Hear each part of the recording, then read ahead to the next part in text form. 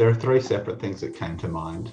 One was the blue box at school and at kindergarten, just putting a couple of dollars in a blue box every week just sort of gets into the habit of giving. The other was the MS Readathon. So in primary school, we had to read books and raise money for MS. And then the final one was a bit closer to home, and my mum organised during primary school a coat drive around school, and she arranged the whole thing. So set up the collection, did the drop-offs. And so I just remember that as something that she did over many years, and it only became that they had so many coats they had to stop after a few years. So it was a really successful thing and kept a lot of people warm. And it sort of shows me when I'm thinking about my own kids that if you've got activities that you can get involved in and that you're actually participating in, or that people close to you are involved in, it's much more impactful at giving, and it's much more memorable many, many years later.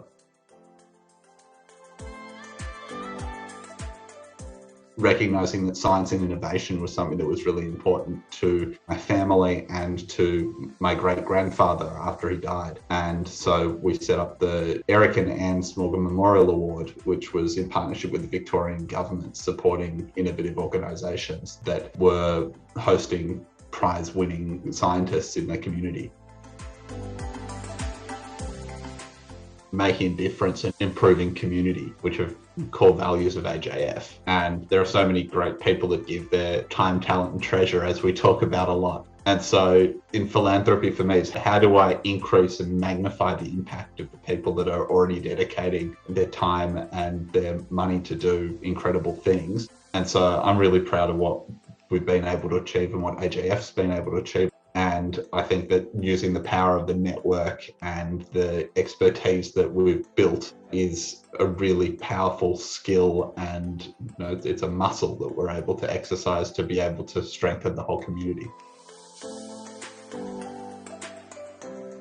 Give strategically. It's a thread that runs through a lot of AJF events, a lot of AJF materials, and it's something that the best professional and the experienced people in philanthropy keep drilling into you, is you can't do everything. And so you've got to do the things that are most impactful to you and the things that you can make the biggest difference to. And it takes that time and focus and expertise to be able to have an impact in a particular area. And so getting quite focused and knowing what your values are and what your strengths are and how you can contribute, it means that you get the most out of your time and out of your money and your skills.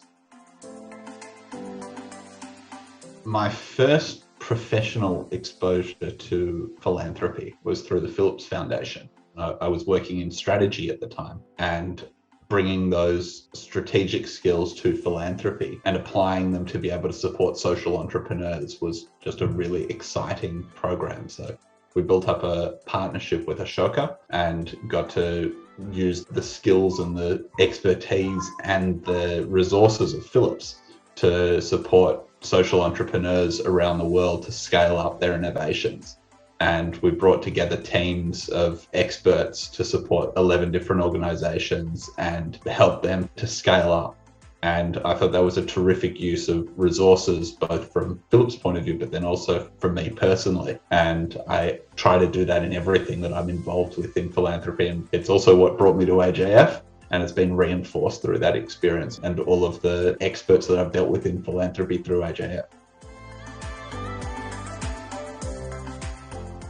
I'd love to have more time to be able to give together with my kids and to inspire a love of philanthropy and show them the value of philanthropy and what it can do for you and for the community. I think it takes a lot of time to give well and to give strategically. And I'd like to take the structure and the experience and the knowledge that I have and be able to build on that and develop it together with my family and to do things that we're passionate about together. That's where I'd love to be in 10 years.